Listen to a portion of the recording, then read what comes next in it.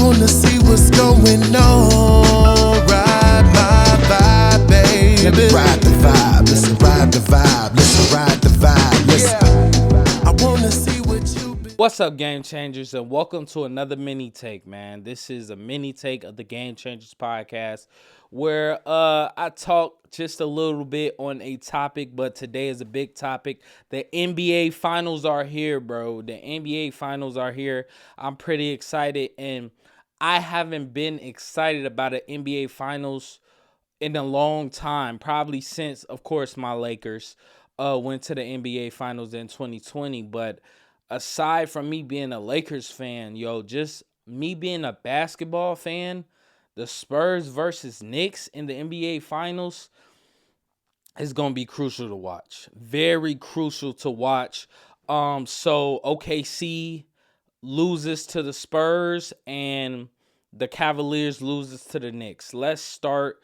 I mean, it's really not too much to say with the Cavaliers because I feel like James Harden gave up. I feel like Donovan Mitchell didn't do enough. And I feel like the team as a whole did not show up like they were supposed to. Even the supporting cast, like I expected more, even out of Dennis Schroeder. So it's really not much to talk about as far as that series. But before I get to my NBA Finals talks and my predictions, I want to get to OKC and the Spurs. Game 7. The highly touted Game 7 shot heard around the world, or game heard all around the world. This is the mecca of basketball, a Game 7, Spurs versus OKC, and Spurs get the job done. Man, oh man. Let me first say, before I get into my critique that everybody already knows about OKC and has been complaining about OKC, OKC is a very good team. They have the pieces to be a championship team. Of course, they were missing pieces, but that's really no excuse for them losing. Even though I seen Williams say that.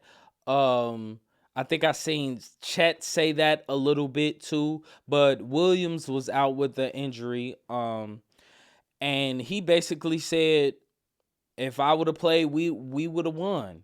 And we felt the same way about Halliburton last year. If Halliburton didn't go down with that, man, what happened? I think the first quarter he hit like 3 threes. He was on pace to score like 40-something points. But he went down with that injury, as we seen, and hopefully he's back 100% next season. But y'all still had enough to beat the Spurs. And that showed me because y'all went to Game 7. So I really disagree with that point. But OKC, Caruso, Chet, Shea, the other pieces that they have on their team, they had enough to beat the Spurs. They just didn't get the job done. But Wemby was in the way of that. Wemby is a great leader. Like, it's so many things that I want to say, but let me start off with Wemby is a great leader. You can tell that even when he got out the game, he was cheering on his team. He was like, even when he had to go out the game, and what's his name? Luke Cornett, or whatever, the big white guy's name, he had to come in because Wemby had 5 fouls. He came in and got a game-changing Game Changers podcast. You see it right there. A game-changing block on their big man trying to run that break, get that easy layup. But nope, Cornette, that makes up just a little bit for what you did to that Magic City thing. But that's a talk for another day. It'll make up for it a little bit. But man, the game was electric. Wemby hitting threes. Like, he stepped back and shoot a three. I get excited because I see a 7'6" player stepping back shooting a three, and he can hit it. He kind of remind me of my homie Brandon. He remind me a lot of my homie Brandon. Like, I just was hooping with him the other day, and we was playing a little 32, and just guarding him. The way he pull up from the three is like, oh my gosh, this mug about to go in. Even though he's so tall, like tall people that can shoot, they're dangerous.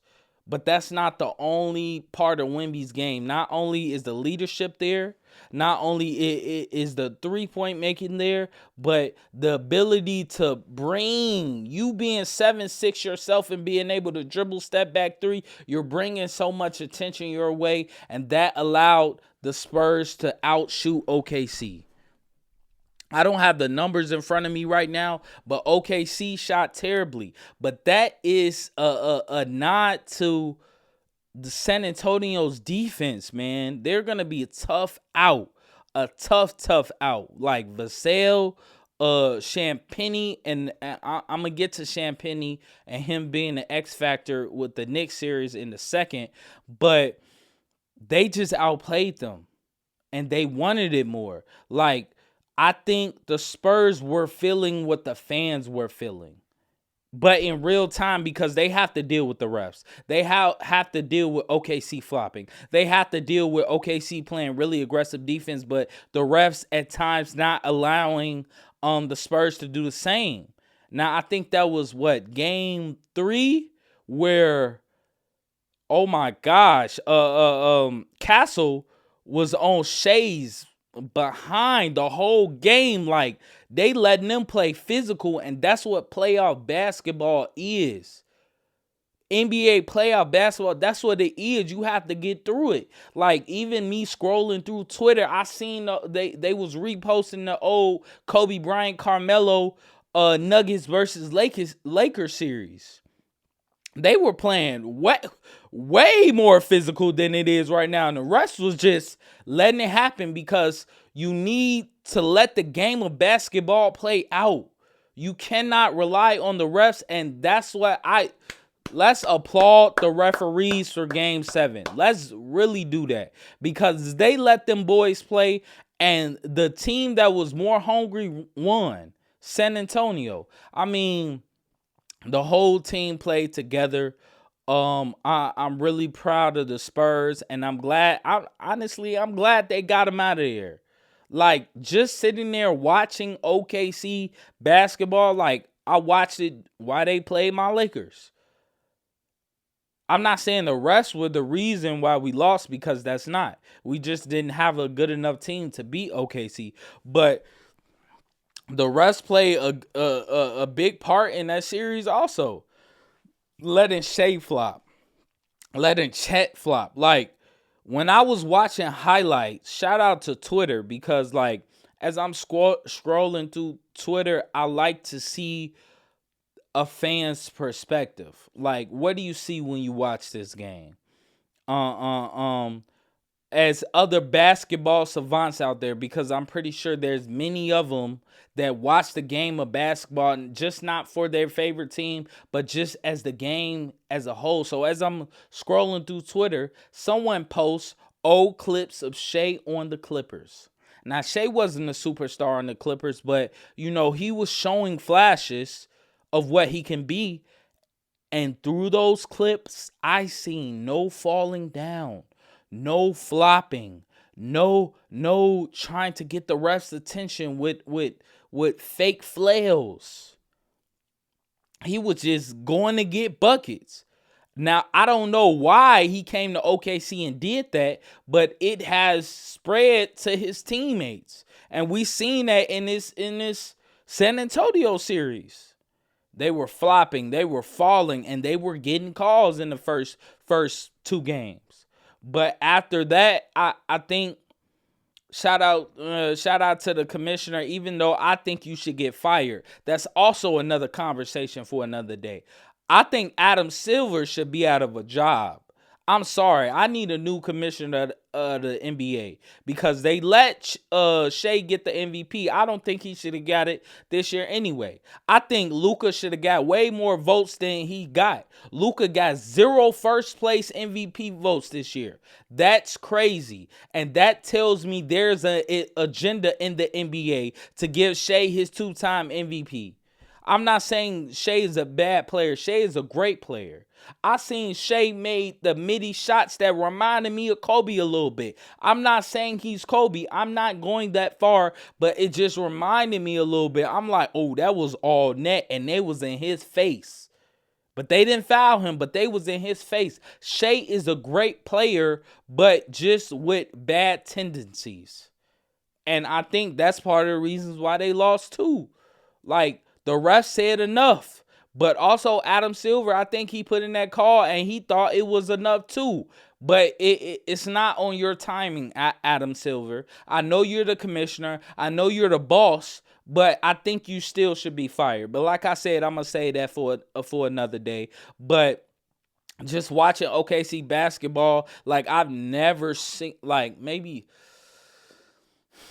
I'm trying to think back, maybe Bron on the Heat, just as far as the hate some one team or one person is getting. Shea on the internet was getting all of that hate, and I was low-key loving it. Great team. I'm not talking about them personally. I'm talking about OKC and the players when they play basketball. But you know what happens when you don't treat the game of basketball fairly? When you try to rob us by flopping and flailing, you get people on the internet throwing personal shots at you. I saw a lot of that too. I saw people talking about Shea, his personality. I saw people talk about families. I heard like all this. Bro, if OKC made the finals against the Knicks, you know what them Knicks fans would have been saying about them that they not already saying? Like, they literally in the streets and they made the finals in 20 years. First time in 20 years, they saying wild stuff on the streets. Cool, they made the finals. Some of it is warranted, but still, like, they were gonna talk even worse about them than what they already are. So when you defraud the game like that, it's gonna come back on you. And I think it did for OKC. They just need to come back, get healthy. A lot of them players are entering free agency, so I think some of them won't stay. They still have picks in the first round, so I think they will do well. You know, their president of basketball operations is great. I forget his name, but he's great. But I'm so glad the Spurs won, and now we get to the NBA Finals. We get to the NBA Finals. This is going to be a dogfight. And let me just say my prediction now. The Knicks haven't lost a game in about, what? I think they said a few months or like 40-something days. They haven't lost a game in so long.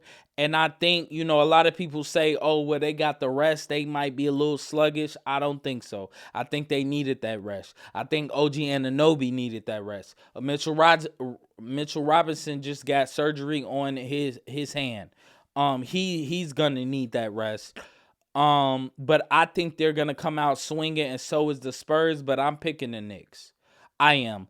I think they have a better team, and I think if everybody on that team shows up like I think they're going to show up, I think the Knicks are going to win in 6. This might be another Game 7. If this go to Game 7 NBA Finals, oh my gosh. We're talking about the best finals rating in the last decade. We're talking about the best finals rank. They probably going to be putting this finals in the top 10 just based on who is playing, the stars that's playing, the cities that's playing. San Antonio is no small city. People love San Antonio from what I hear. But you got New York. Some call it the Mecca of basketball. I don't think so. But you have so many legends come from that city. I understand. I got to be a little biased. I think the best hoopers come from Chicago. But, that's just me being biased. But just breaking it down real quick, you got starting 5. You got Castle, Wemby, Vassell. I don't know who they're going to start, but Vassell, Johnson. I'm pretty sure they're usual starters. Who I say? Castle, Wemby, Vassell Johnson, and it's another person. Oh, how can I forget about Harper, the rookie? Harper, the rookie, hitting big shots, making great defensive. Like the defense San Antonio played on OKC in that game 7, if they play that same defense every game, even though that's not realistic, because I mean teams give up games knowing that they'll go to the next game and be better. But if they play all of them games defensive wise like they play OKC in game 7, it's going to be a dogfight, and it's going to go 7 again against the Knicks. And then you have the Knicks starting 5: Brunson, Josh Hart, OG Anunoby if he back, Miles Bridges, and what's his name, Cat. So that's a good starting 5 too. I just think the Knicks are gonna take it because I think they're longer and more versatile. I think they're gonna play Wemby in a way, but back to San Antonio's not only defense but their shooting. They shot the ball well. They OKC had to double Wemby at times or hedge him or send 2 people his way. But Wemby was passing that ball out and they was swinging. They a swinging team, and so is the Knicks. Like, these are such similar teams. That's why forget Knicks in 6. I'm going to take Knicks in 7 because both of these teams play great defense. Both of these teams has a star that can score at will, in Wemby and Brunson. Both of these teams can lock down on defense. Both of these teams can shoot the ball when they get hot. When they get hot, they get hot. And then you have X factors. Who are my X factors? Getting back to Champagnie. I think Champagnie can be an X factor because he really opened my eyes. Like, he can play defense and he can shoot. That's all I've been asking. I don't want to make this a Lakers talk, but that's all I've been asking the Lakers to do is go get great two-way players. Champagnie is turning into a great two-way player. The way he was shooting that ball when he's open, they're going to have to double Wemby. And the Knicks rotation has to be there. Now, if the Knicks rotation isn't there, if Cat doesn't show up, if their role players doesn't play like they have been playing all playoffs, then the Spurs will win this series and Wemby will get his first championship. But I think the Knicks will show up. Going back to, they haven't lost a game in 40-something days. So I think this is going to be a great NBA Finals. I'm going to be glued to my seat, yo.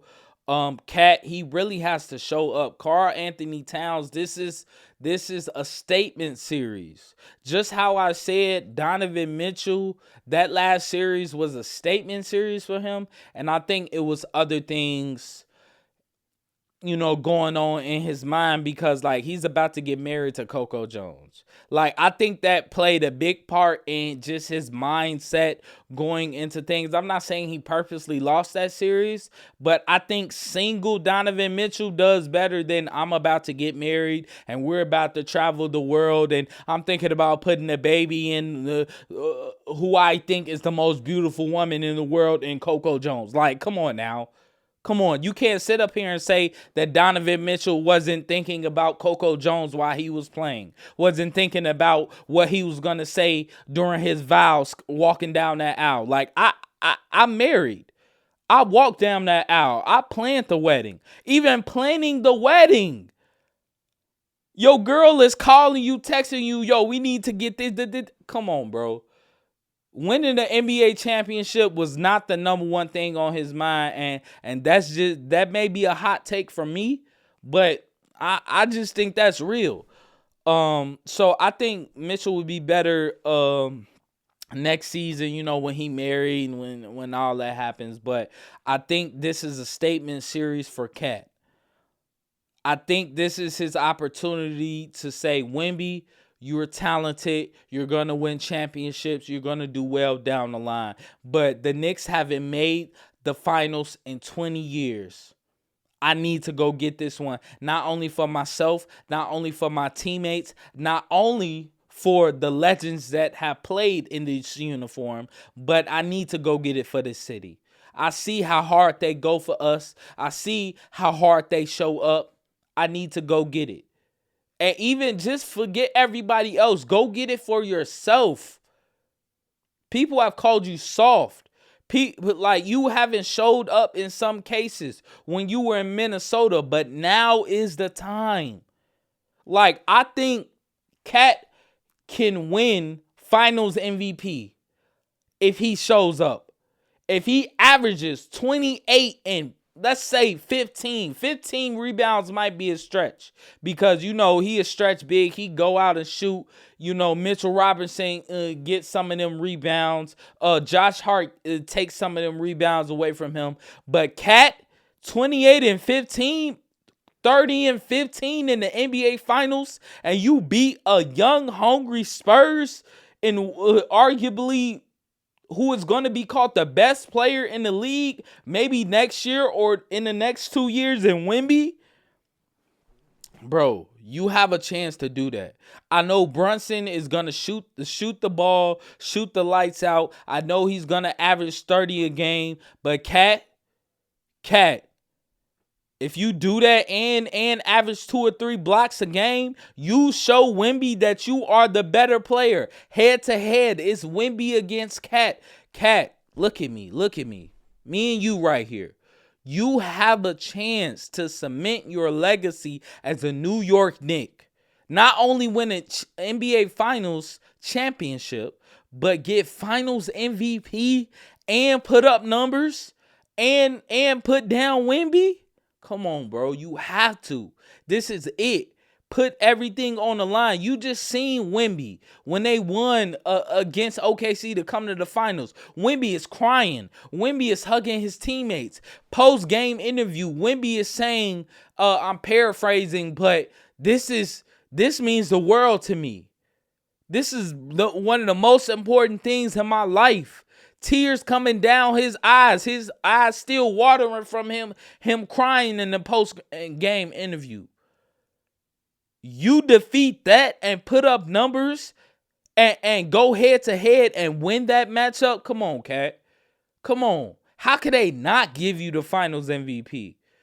I'm not saying you got to purposely outplay your teammate Brunson, but go out there and give it all you got because Lord knows Wemby's going to do that.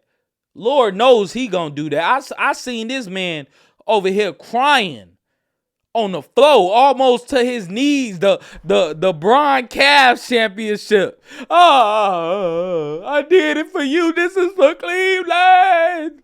That's how Wemby. Listen, that's how Wemby is going to be if he wins this NBA championship. This for Pop. This for Tim Duncan. I like to thank Ginobili, Tony Parker. They was in my corner and my teammates. And the city is sending to he's gonna lay it on thick, bro. Don't let that happen. I'm not saying I'm on one side or not. I'm just giving my predictions of what I think is gonna happen. But I wouldn't mind if Wemby get his first. But I also wouldn't mind if you get your first too, Cat. I know Brunson is going to play lights out, but getting back to my X Factor point, Champagnie on the Spurs, I think he's going to be an X Factor. I'm butchering his last name, but Shemlet, whatever his last name is, he did well in the last series, and he also has been playing well this whole playoffs. I think he can be an X Factor. But maybe not. It's up to him because if he plays defense and shoots the ball like he's supposed to when he comes in and his minutes needed, I think he can be a big X factor. But I think going back to that Spurs defense, they might shut that down. They have some dogs in there. They have like multiple leaders. In Castle, I think even Harrison Barnes is on that bench leading that team because he been to a finals with the Warriors. So it's just gonna be a dog fight. Like if you could see, like I don't know if you can see it on my face, but I'm really excited about these finals. Like, really, really. I'm not going to miss a minute. And I'm going to come in here and, like, really give y'all my analysis on everything that's going on in the NBA finals, because that is what it deserves. Wemby, on the Wemby side of the things, he cannot be timid like he was in OKC. It was a couple of them games where he did not start off well. He needs to start off well, and he needs to be aggressive. Going to the other side, Wemby, this is going to be your first. Show Cat who's who. I think Mitchell Robinson, he might be out game 1 or even game 2, both games. So, and they got them both at home the first 2 games. Wemby, come on. This is your time to have a historic finals. Brunson, you too. They said you was too small. They said you couldn't lead the Knicks. They said y'all needed more. They said you needed Antetokounmpo to get to this spot, and you proved them all wrong. Now is the time. Spurs, Knicks. Who is gonna prove the media, the fans, the naysayers wrong? Because it's been a lot of chatter from both sides about each team and what they can and cannot do. But especially on the Knicks side, because of course the Knicks get more media. But man, bro, I really just want everybody to show up. I want it to come down to the wire. I want it to go to game 7. I want 5 overtimes in game. Like, I want it to be something that is memorable, something that I could tell my kids, like, yo, in 2020, what year we in? 2025, the NBA Finals versus the Spurs versus the Knicks. Man, one of the greatest finals you'll ever see. You just had to be there, son or daughter. You just had to be there. They was playing great basketball. They were hitting shots. It was getting fit. Oh, it's going to get physical. Trust me, it's going to get physical. Wemby going to get down there. And like I said, I think Cat is going to show up. He going to give him a little elbow or something. Josh Hart is going to play hard. That's another X factor. But we already know Josh Hart is an X factor. He's going to get rebounds. He might get a triple-double one of these games. Hey, all my bettors out there, put him down for a triple-double. I don't know which game, but put Josh Hart down for a triple-double. You're going to win that bet. Let me see. He might get it at home. That first Knicks game at home, okay, I'm calling it right now. All my bettors out there. That first Knicks game at home, put Josh Hart down for a triple-double. Mark my words. You going to win that. And if you win some money, send me some too, yo. Who else? OG Anunoby. I think he's an automatic X factor anywhere he goes. He just has to show up. It's been many of Knicks games where I watched where Mikal Bridges and OG Anunoby did not show up how I think they should have shown up. But these playoffs, they have shown up. They have done the work and they have shown up. They just need to do it for 4 more games. 4 more games to the rest of your life, and you can be called a championship. Not a championship. You could be called a champion. Some Knick legends cannot call themselves champions. Y'all can call yourselves champions, bro. I think the matchup is going to be great. Like I said, I mean, it's a dogfight. That's the only phrase I have for this series. It's going to be a dogfight. San Antonio does match up with the Knicks well, but the reason I'm picking the Knicks is because they're just a little bit bigger, a little bit more versatile, a lot more experience. Like, getting back to my Antetokounmpo point, they were saying you need Antetokounmpo to get to this point. Brunson said, nah. Their president of basketball operations for the Knicks said, nah, we want to keep this team because we believe in this team. This Knicks team has been playing together for some years now. So they kind of deserve this a little bit more than the Spurs, but the Spurs in their head, think they deserved it. They just beat the best team in the NBA, considered by some people.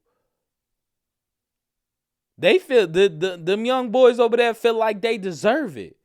Who's gonna win?